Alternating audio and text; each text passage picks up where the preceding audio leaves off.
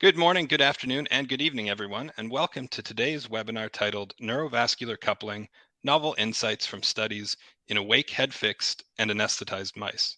We are joined by Dr. Adrián Rodríguez-Contreras, Associate Professor in the Roxlin and Richard Pepper Department of Communication Sciences and Disorders at the Northwestern University School of Communication, and Dr. Barbara Lind, Assistant Professor in the Department of Neuroscience at the University of Copenhagen.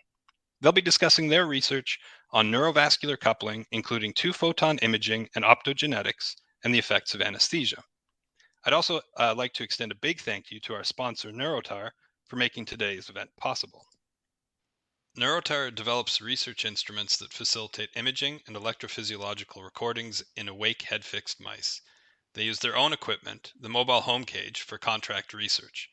They also supply this equipment to academic labs like Adrián's and Barbara's. Neurotar also share their protocols and help the labs transition to awake preparations. If you'd like to meet the Neurotar team in person, you will find them at this year's upcoming SFN meeting in San Diego at booth 2036. So please drop by. I'm sure they'd love to speak with you.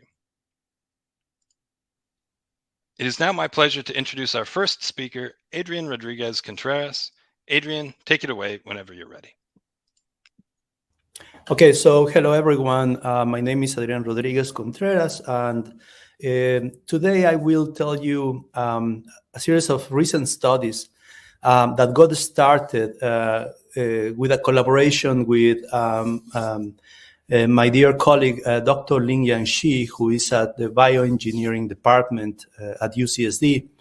And so what I want to do is I want to first acknowledge my colleague and also indicate that what I'll be doing today is just give you an overview of these studies. But if you are interested in more details, you can look at the paper that has been, the preprint that has been uploaded in bioarchives. So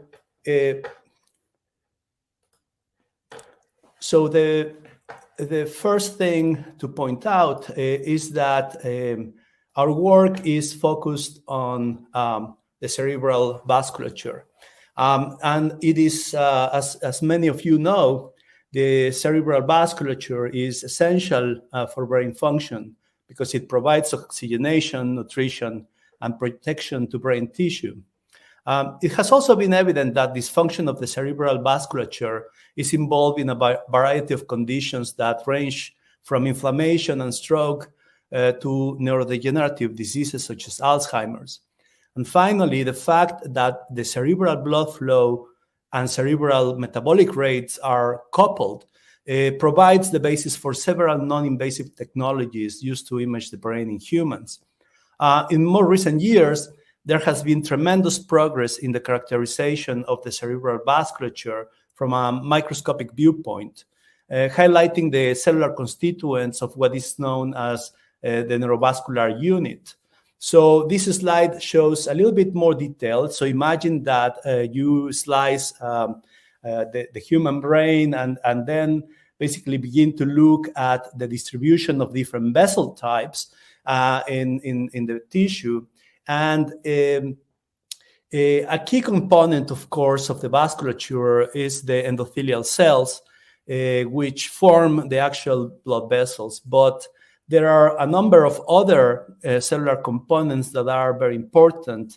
For example, in this diagram or in this cartoon, the smooth muscle cells shown in green and the pericytes shown in cyan are key cell types that associate with arteries and penetrating arterioles and with capillaries. And they are important for the control of blood flow because they are contractile cells. Okay, so constricting the blood vessels will reduce blood flow, and relaxing these cells will enhance blood flow. And shown in pink and black are the parenchymal cells, astrocytes and neurons, which of course have interesting functional interactions with blood vessels. And the mechanisms of intercellular communication between the cell types are under intense study by several groups. Now, of interest to us is the fact that general anesthetics, which are used for surgical procedures in clinical settings and in preclinical studies, have very broad effects on blood flow and metabolic rate. For example, isoflurane is known to increase blood flow and to decrease metabolic rate, literally uncoupling this important relationship between these variables. And so this volatile anesthetic is known to cause vessel dilation, but how it affects a decrease in metabolic rate is less understood. So this slide also shows that there are different mechanisms or different processes that regulate blood flow in the brain. There is the process of cerebral autoregulation, the vasomotor reactivity, and the process of neurovascular coupling, which are acting at different levels of the process in different vessel types, and but all of them involve an interaction with these mural cells that are contractile. So how we want to address this is basically, we know that isoflurane induces a dilation of vessels. And our research question is, what is the effect of perturbing vascular tone on calcium activity of cerebrovascular endothelial cells? So to approach this question, we have taken an in vivo approach. We take advantage of mouse that is available through the CHROMUS, the Cornell Heart Lung Blood Resource for Optogenetic Mouse Signaling. And these animals have a genetically encoded calcium indicator that is under the control of the CDH5 promoter, which is very active in endothelial cells of all the body, but also in the brain. And this allows us to measure calcium activity with this optical sensor. And then the approach that we use is we implant a head plate on these animals, and we perform a thin skull preparation, which consists in simply thinning the skull. In this particular case, what we did is we used stereotaxic coordinates to locate the location to find the somatosensory cortex.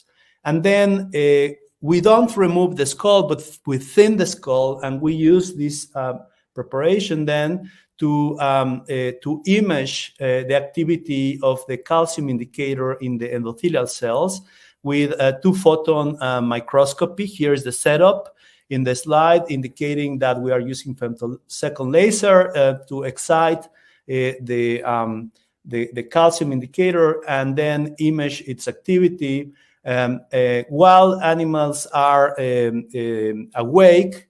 And then we have in the setup a nose cone that can be retracted and positioned close to the snout of the animal for gas delivery. So this is the gas delivery protocol that we are using.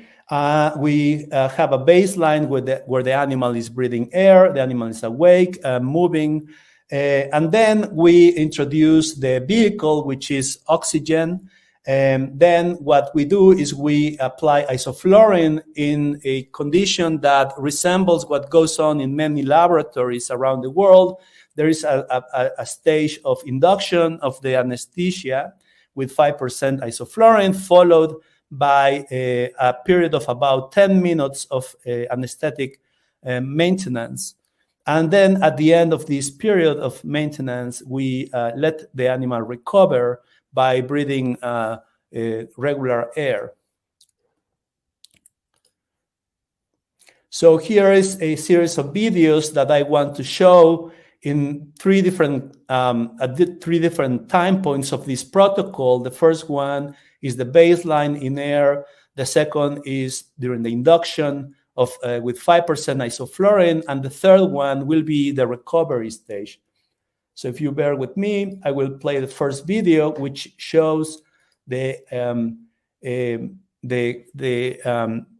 calcium activity that we observe in these animals under baseline conditions. So here you can see that there seems to be some vasomotion in this particular field of view, and there are several events. And now what I'm going to show is the next video, which is now when we apply isoflurane. And so what you see is that very quickly, the vessel at the center of the field of view has dilated, and the calcium activity has decreased over time. And then lastly, I'm going to show a video that shows the situation when we let the animal recover. So here you can see that there's a long time going by, and then the vascular tone returns to what looks like a constricted state, and very slowly activity comes back.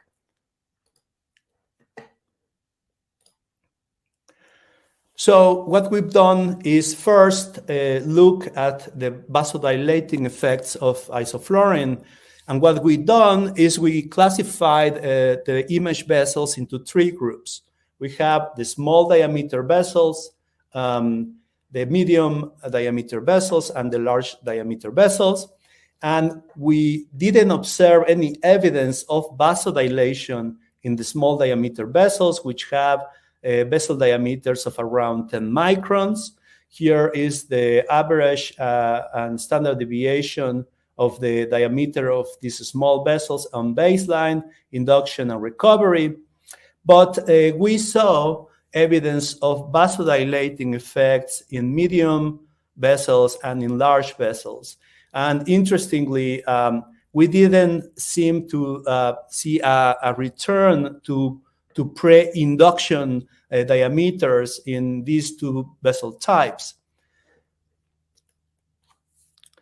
Let's have a look a little bit more carefully at the different vessels. And what I've shown here is let's say, the time course of change in diameter. For small vessels, we don't see a very consistent effect of isoflurane. Now note that the diameter scale is different for each vessel type, but it's simply to highlight the changes in diameter that take place after we apply isoflurane. And so you can see that, for example, most of medium vessels very rapidly begin to increase in diameter, right, within a few seconds of isoflurane exposure, and within 50 seconds, they are fully dilated. And the same situation is for large vessels. So basically what I've shown so far is that isoflurane dilates medium and large diameter vessels, but it doesn't seem to have a clear effect on the small diameter vessels. What about the calcium activity in these different vessel types? Well, what I've done here is show a summary, picking up some exemplary traces under baseline induction and recovery condition for small vessels, medium vessels, and a large vessel. And you can see, for example, that under baseline, there are different levels of activity in these different vessel types. And during the induction, there's a very interesting time course, which begins with an increase in activity followed by a slow decrease in activity for all of the different types. And somehow the kinetics of this rise and decrease in activity seem to be different, slightly different for the different vessels. And there's a much slower time course of recovery of the activity in all vessel types. What we've done is we normalize the change in fluorescence for the three different vessel types.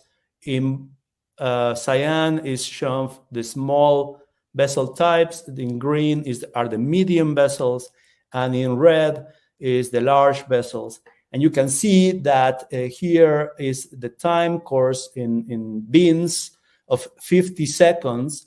You can see that the time of half maximal inhibition is different for the different types, but it's around 100 seconds for medium and large vessels, and it's much longer, around 200 seconds for small vessels.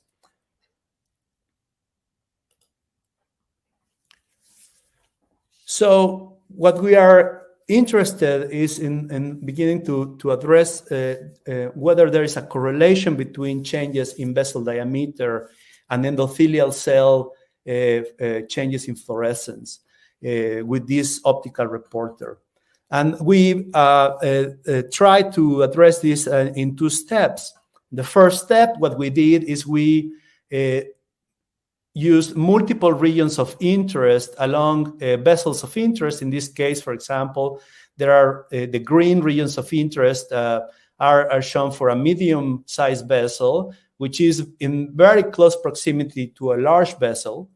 And we are comparing the same number of regions of interest, and we are going to compare what's going on in the change in fluorescence in the entire frame. And then what we did is, in a second step, is begin to look in more carefully at these regions, these whole tracts of vessels, and look at changes, correlated changes in area and fluorescence. And so what we find is, I think is very interesting. Here shown in pink is the trace of the whole frame, and in red and green are the individual regions of interest of these two different vessels. And now I'm showing you all the different steps in this gas delivery protocol. So in baseline, what you can see is there seems to be synchrony in these events that we are recording in individual vessels. And this correlates very well with peaks in the frame change in fluorescence under baseline and vehicle conditions. And interestingly, during the induction condition, there seems to be a synchronous rise in activity in these multiple regions, followed by a decrease in activity. Now, here is an observation that it becomes a little bit of an anecdotal situation, that there seems to be an increase in activity very closely associated when we start imaging in these different conditions. And what we have done in the maintenance situation is show that the activity, the decrease in activity is sustained, but there is no rise that is correlated with the start of the imaging. And the reason I'm saying this is because there is, for those of you who are familiar with two-photon imaging, there is a shutter that comes on and makes a click noise during the start of image acquisition. And we were worried that what we were triggering is this synchrony, right, through sensory stimulation. But the maintenance condition shows that this doesn't happen.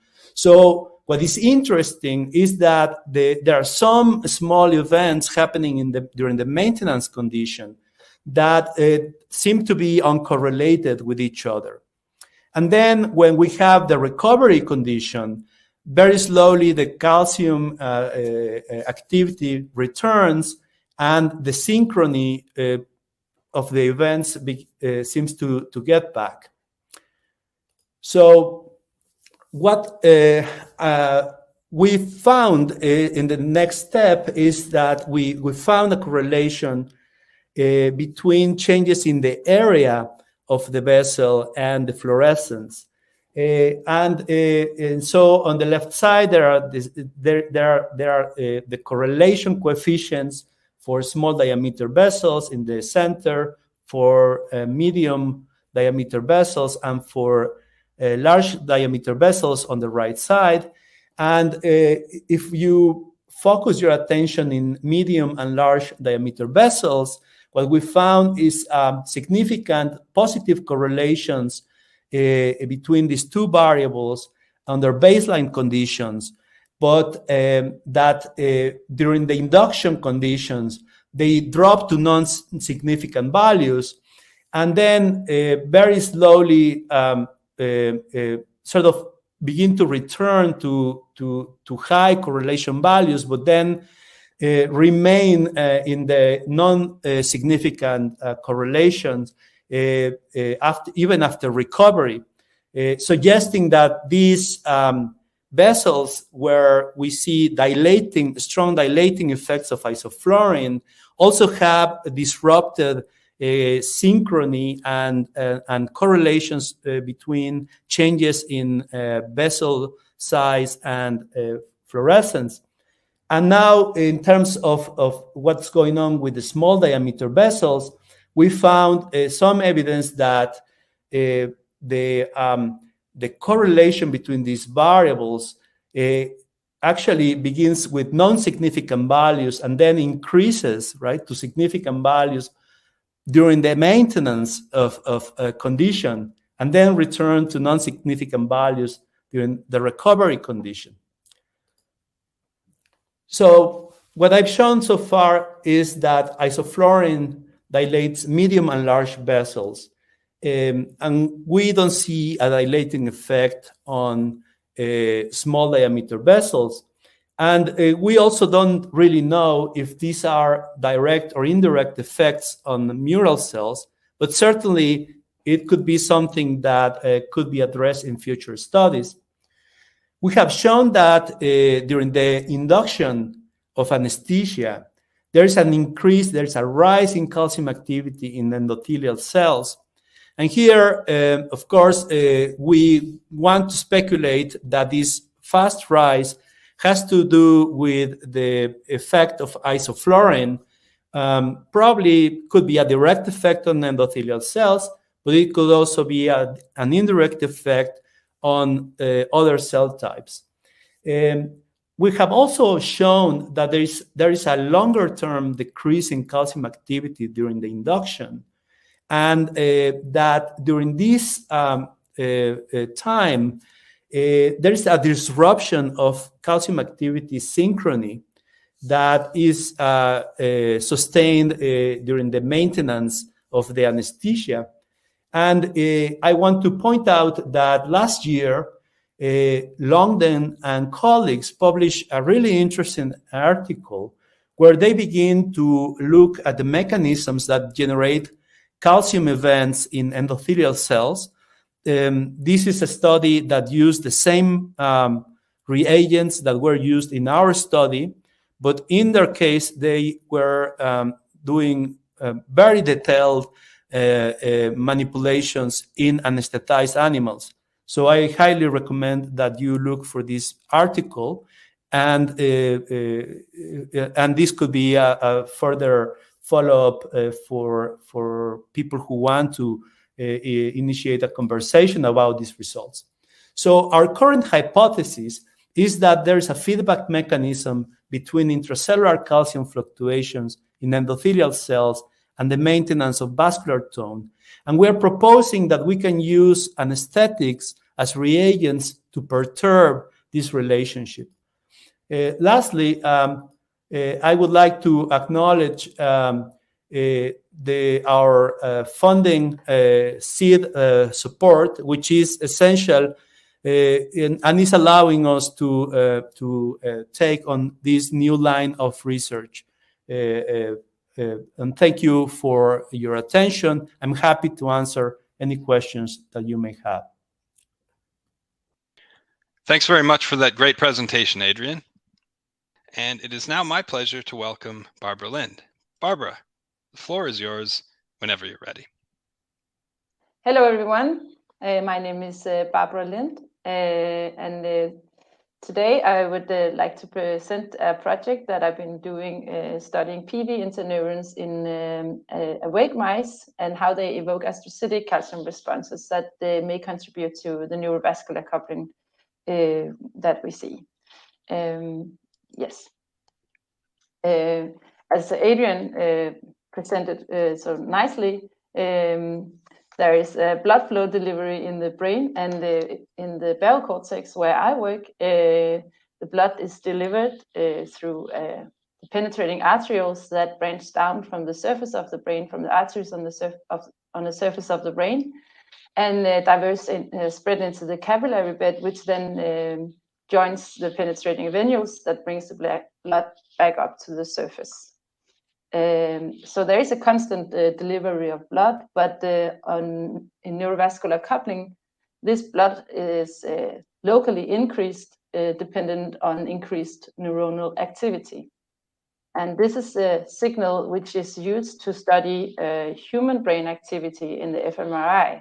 And typically, we consider this blood flow response to be dependent on increased neuronal excitation. But besides the excitatory neurons, there is, of course, also a bunch of different inhibitory neurons in the tissue. And several of these inhibitory interneurons have been shown to induce a blood flow response in what you might call inhibitory neurovascular coupling. So many inhibitory neurons will release vasodilatory compounds that can act directly on the contractile cells on the blood vessels. But some, like PV interneurons, mostly or only release GABA. And GABA, currently we have no explanation for an effect directly from GABA on the blood vessels. So a suggestion could be that this GABA works via the astrocytes in a way similar to what have been described with glutamate-based neurovascular coupling, because astrocytes will release vasodilators calcium dependently. When it comes to astrocyte contribution to neurovascular coupling, it's of course markedly obvious that the astrocytes cover the blood vessels via their end feet, both on the penetrating arterioles and on the capillaries. But it has for many years been debated whether astrocytes really contribute in vivo to neurovascular coupling, because many studies have seen that astrocyte calcium activities will occur later than the dilation of the blood vessels. But this is, of course, also dependent on which astrocytic calcium activity one is studying. With regards to inhibitory interneurons, astrocyte calcium responses have been found in both slices and in anesthetized mice, but they are typically described to be slow or fluctuating over a long period after the activation of the interneurons. And such activity is, of course, also hard to reconcile with a contribution to neurovascular coupling following increased activity of these inhibitory interneurons. Finally, with regards to these controversies, there might be some explanation in the findings that astrocyte calcium will contribute to dilation of capillary, but not arterioles. So it's very important that you are aware which part of the vasculature you are doing your investigation. And in our experiments, we studied the neurovascular coupling in awake mice through a chronically implanted cranial window. And the first thing we would do was to follow the flow in the superficial blood vessels to identify where the penetrating arterioles were, and then following them into the tissue. The setup we had was allowing the mouse to move in this neurotar floating pad while we were doing the imaging, and its head was fixed on the objective of the 2-photon microscope. And we visualized astrocytic calcium activity using virally introduced GCAM6F in 2 different mice strains, one which would express channel rhodopsin under the VGAT promoter, and one where the channel rhodopsin were expressed under the PV promoter. And then finally, we visualized the lumen of the blood vessels using Texas red dextran, which was given IV just before every imaging session. And you see the Texas red here in the lumen of the blood vessels, and the GCAM6 in the astrocytes. That is the green signal. So this is what it looked like when the mouse is moving around in the neurotar stage. And we have the 2-photon imaging of this preparation, and we are in layer 2 of the cortex, around 150 micrometers below the surface. And you can see that astrocyte calcium activity really rise dramatically when the mouse is running, which has been shown many times before. But we also see that there is a lot of activity going on in this awake mouse independently of the running activity.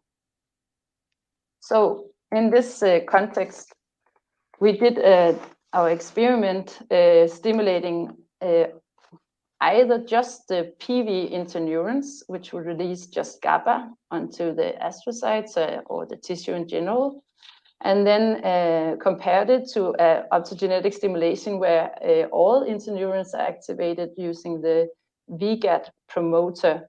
And that will, of course, influence directly the PV interneurons activity, because some inhibitory neurons inhibit the PV interneurons. It will also give rise to a release of numerous other compounds, such as a big arsenal of neuropeptides, and also, for example, the vasodilator NO.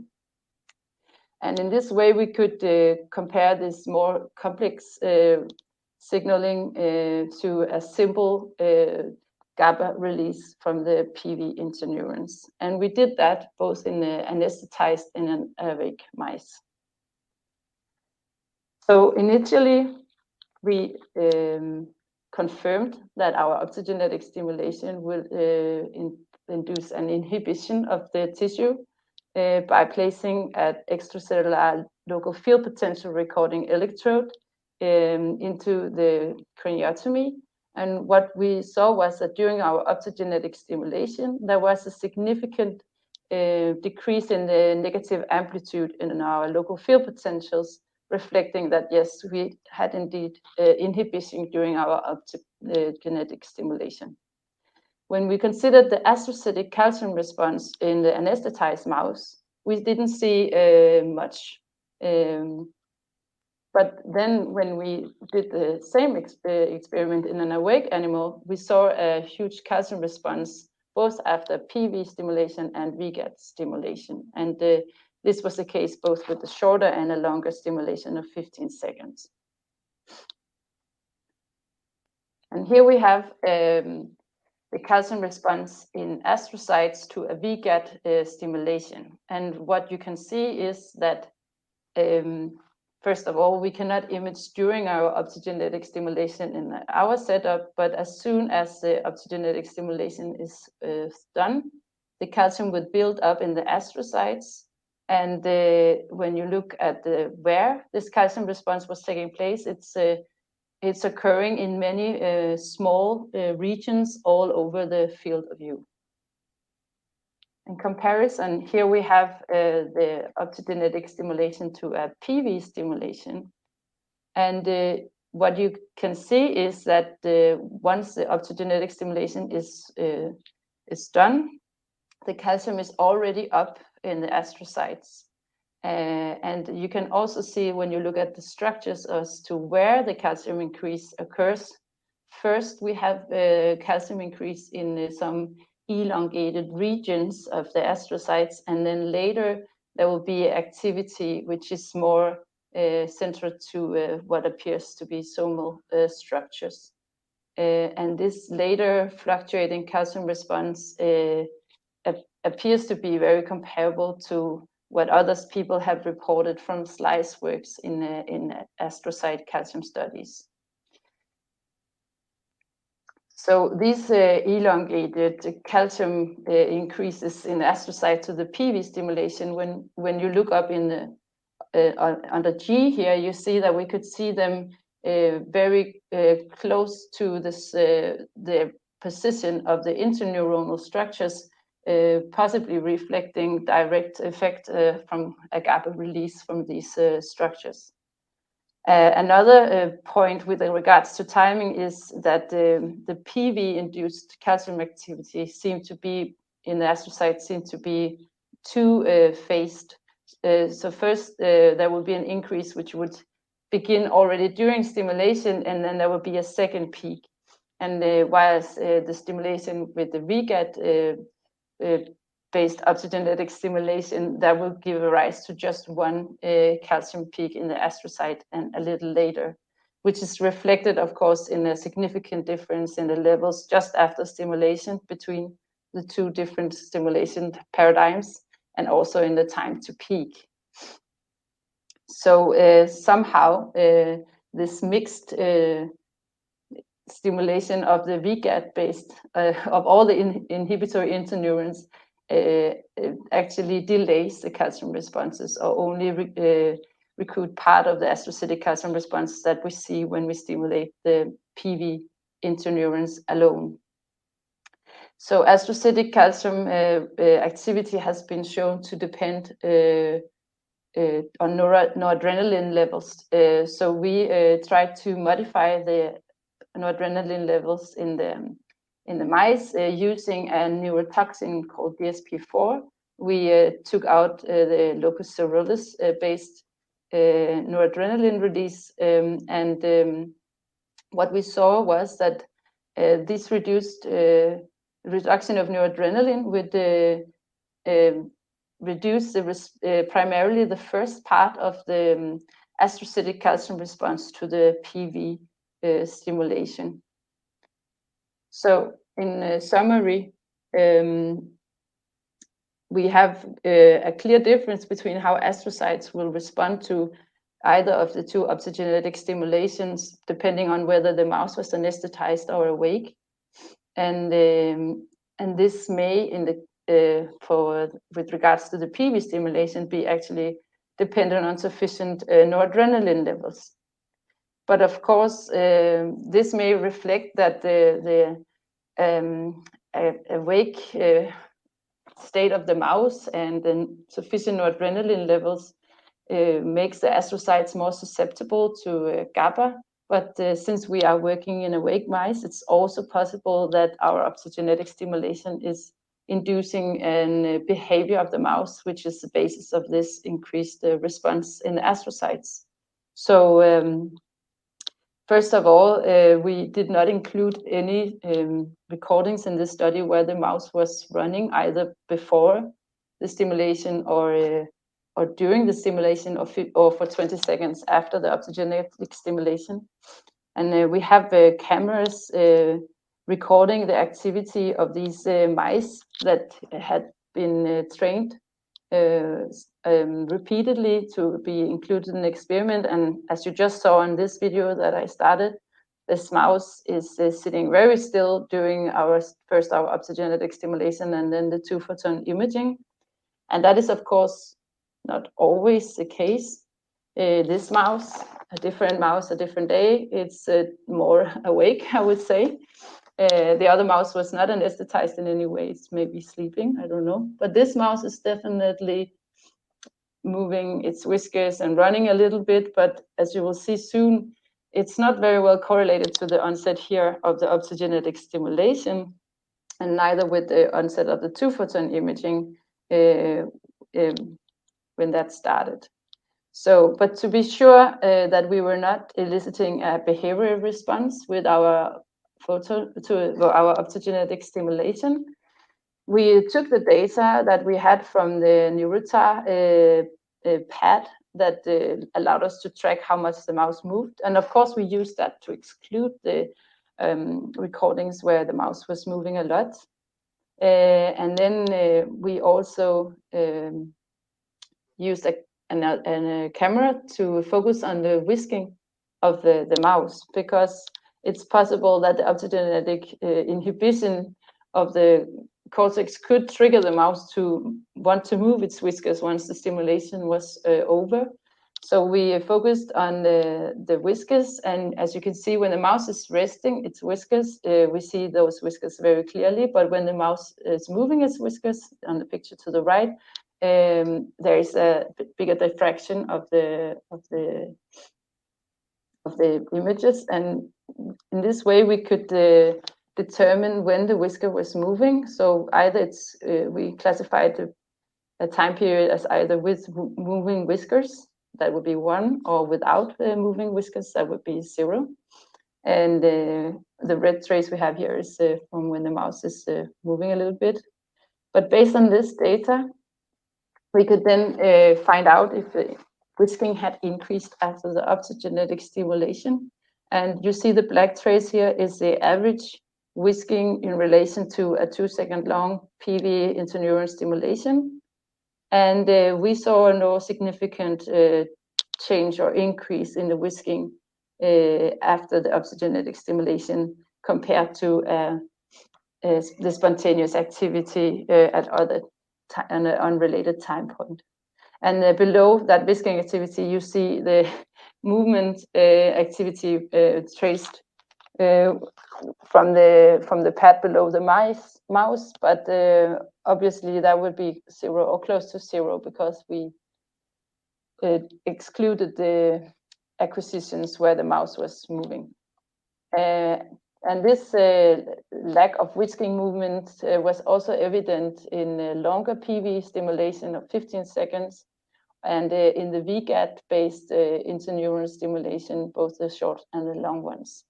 So with that, we could exclude that our stimulation was somehow changing the behavior of the mouse, and trust to a large degree that our activation of the PV interneurons was the basis of this increase in astrocytic calcium that we saw. So we went on to study the neurovascular coupling response, and in the anesthetized mice, where we did not have any increase in astrocytic calcium, we did not see a dilation of the penetrating arteriole to the PV stimulation, but we had a dilation when we stimulated based on the VGAT promoter. So we stimulated all the inhibitory interneurons. And that is probably due to the release of vasodilators directly from the inhibitory interneurons. When we then looked in the anesthetized in awake mice, we saw that the blood flow response was much enlarged, both to PV stimulation and VGAT stimulation. And interestingly, the timing of these two blood flow responses does not seem to be identical, so that with regards to dilation, it's slightly slower following a PV stimulation than following the VGAT stimulation. So when we then compared these observations to the astrocytic calcium activity, we compared the timing of the peak of the astrocytic calcium activity and the peak dilation of the penetrating arteriole and the first order capillary, which is the first branch point from this penetrating arteriole. And we saw that specifically with regards to the VGAT-based interneuronal activation, the astrocytic calcium activity would peak later than the dilation of the penetrating arteriole and the first order capillary, which underline that in the context of a general activation of inhibitory interneurons, astrocytes cannot be an important contributor to the neurovascular coupling. But with regards to the PV interneuron, the picture was a bit less clear. But then we should remember that the astrocytic calcium signal to the PV stimulation had two phases. And we did not look at just the largest peak, but considered the first of the peaks, regardless of its size, we would see that the astrocytic calcium would always increase before dilation in the PV interneuron stimulation, both of penetrating arterioles, but significantly with regards to the first order capillaries. And we then did a small correlation study in the way that first here D is with regards to dilation of the penetrating arterioles. We looked at the dilations where there was an astrocytic calcium response before and compared it to the dilations that did not have a clear astrocytic calcium response before the dilation. And those with the astrocyte response before, they are the green, that is the line with the green standard error of mean around, and the ones without the astrocyte activity is the one with the red SEM, and we don't see any effect on the first initial dilation, but it seemed like the dilations of the penetrating arteriole with astrocyte activity has prolongation in the dilation. But when it comes to that effect is not so strong, but when it comes to the first order capillaries, we did the same sort of separation, and we saw that the dilations preceded by an astrocytic calcium response were much larger than those that did not have an astrocyte response before. And when we took the data from the mice, when the mice have been treated with DSP-4, so taking away the noradrenaline, we had seen that would take away the first peak of the astrocyte calcium. And here we saw that the dilation of especially the capillaries, but also of the penetrating arterioles, was reduced and was of size comparable to those dilations that did not have an astrocytic calcium rise before the dilation. So with this, we could summarize that yes, that the PV inhibitory interneurons would induce an astrocytic calcium activity in the awake mice, and that this occur on a time scale that allows for astrocytic contribution to inhibitory neurovascular coupling. And our results also support that astrocytes are involved in GABA-dependent neurovascular coupling, particularly at capillaries. So with this, I would like to thank my small group, Jakob, Gabriella, and Aske, and the funding that had supported me so far, and you for your attention, and I'm happy to take any questions that you may have. Thank you, Barbara, for that fantastic presentation, and thank you, Adrián, as well. We have a bit of time left, so let's move on to our Q&A. First question here, we'll start off with, for both of you perhaps, the videos that you've shown are really stable. How do you stabilize the setup, and can you give a sense of what the total time captured in the videos you presented was? Yeah, so we don't stabilize the recordings, actually. I think they're quite stable as they are. Or maybe we would, yeah, when there's a lot of movement, we would stabilize with very simple algorithm. But during the recordings, or the recordings that I showed here, is not, they were not stabilized. I think, yeah, I think it's possible to get data for I mean, the entire experiment, but the imaging acquisitions that I showed was like a few minutes long, 2 minutes long max. But that would be based on how long it's advisable to continuously do two photon imaging. Right. More than the setup as such. Yes, I would actually say something similar to what Barbara has said. I think it is very important during the implantation step, right? So to just make sure that that head post is really well positioned and fixed to the skull. And I have to say that I am really sort of a novice in these kind of things, but I've done the surgeries myself, and we had great support from Neurotar. I actually want to send hi to Leo Kirog, who's been great. They're always very available. The protocols were available to us, so there is no image stabilization, although there are obviously digital algorithms that you can use to stabilize when things are not perfect.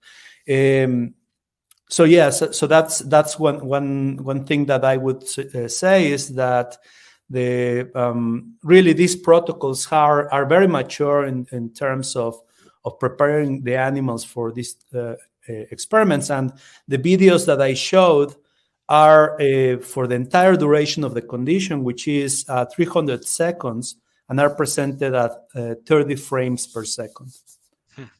Okay, fantastic. Yeah, I actually want to modify my answer a little bit. I'm sorry, because I have some videos where I didn't show raw data, where I show processed data, relative, like normalized calcium activity to the optogenetic stimulation, and that, of course, was image stabilized first, and images was normalized and all this sort of thing. So and it was an average of several stimulations and so on and so on. So it depends, but the raw images of mouse running and the calcium activity there, that was not stabilized. Okay, great. Next question here. Barbara, did you look into more detail at the calcium signal spread in single astrocytes? And also, are there subtypes of astrocytes coupled to different interneurons? So I think that is really two questions. So I would say, no, I did not study the spread of calcium activity, and you can do that using an algorithm called AQUA. But I used an algorithm initially. I used an algorithm very similar to AQUA, but I found that it's picking up the bigger responses, and the responses that I have to my interneuron stimulation is actually quite widespread, but puncture-like small, right? So to pick them up, it was actually more simple to just take field of view calcium signal. But in that way, of course, I wouldn't have any information on the spread. But that being said, the spread of calcium in astrocyte, it seemed to be more in the later stage of the calcium activity, where it was fluctuating, that there was a movement of calcium within the cell. With regards to subtype of astrocyte, I don't know that there is any knowledge about its specific connections to different sort of interneurons, and I did not look into that. But I think it's down the line, of course, something which we need to know. Okay, great. Thanks. Great answer. Next question here for Adrián. And the question is, the calcium activity looks like it comes from the tissue in general. And would there be other cell types expressing this calcium indicator? That's a very good question. And I would actually add another potential alternative for why the signal is coming from the tissue. And remember that even though the two-photon excitation is very focal, right? The size of that optical slice, right, is important.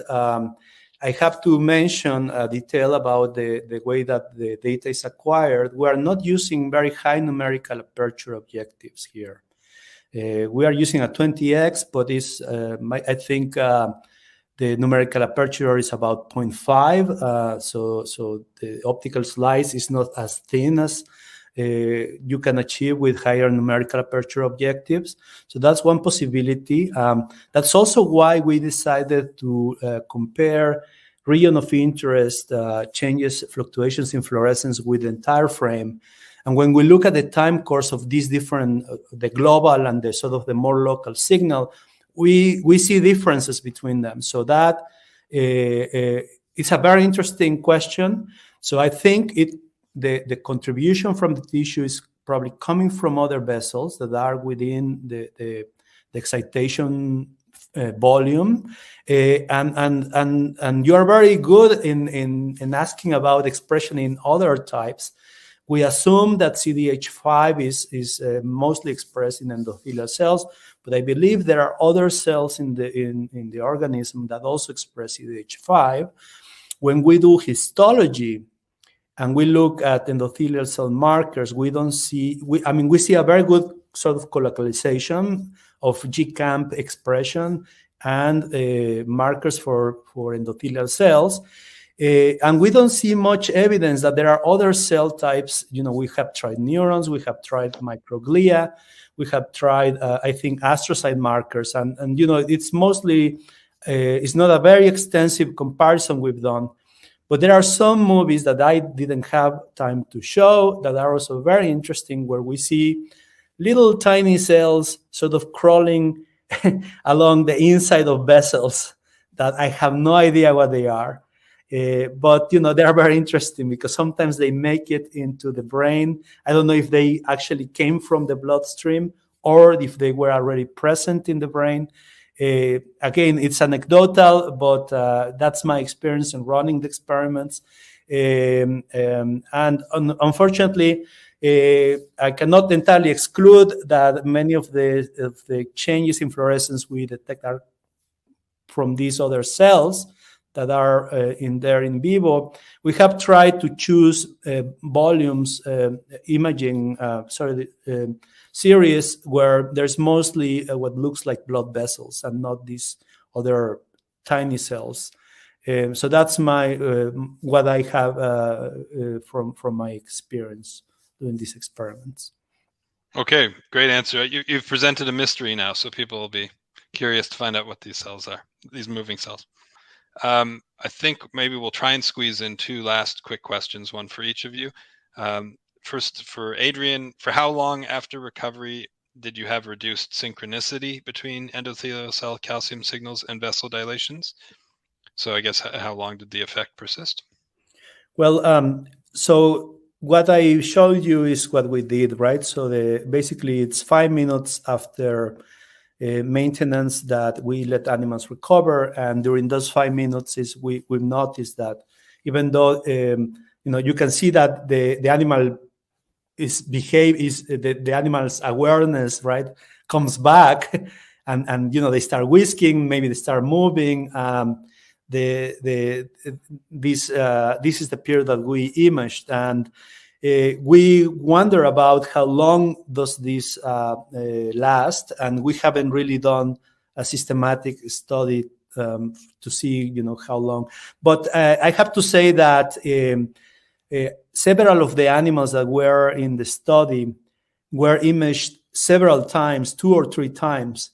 So we haven't really analyzed that data to see, how, there are long-lasting effects, but, the action in our hands, because there are days between imaging sessions, we cannot really tell a difference between the first session and the second or the third imaging session. So, of course, we didn't design a specific test for to do this, but it's a good question. We don't know how long, what is the time course of this disruption. But was this paper coming out? I think it was of the Bruno Weber group a couple of years back. They said 20 minutes after isoflurane. Okay. But since you don't record for that, you would know. I don't know.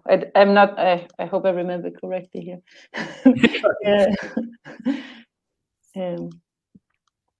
Okay, great. Maybe we can add some links into the handouts and resources.